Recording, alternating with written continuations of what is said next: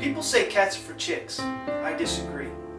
That way, when you make that one dumb trade and you lose all your money, you can tell your family and your friends, maybe your clients, that the cat must have jumped up on the desk while you stepped away and hit that buy button.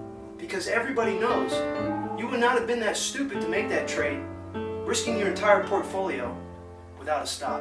If you trade, get a cat.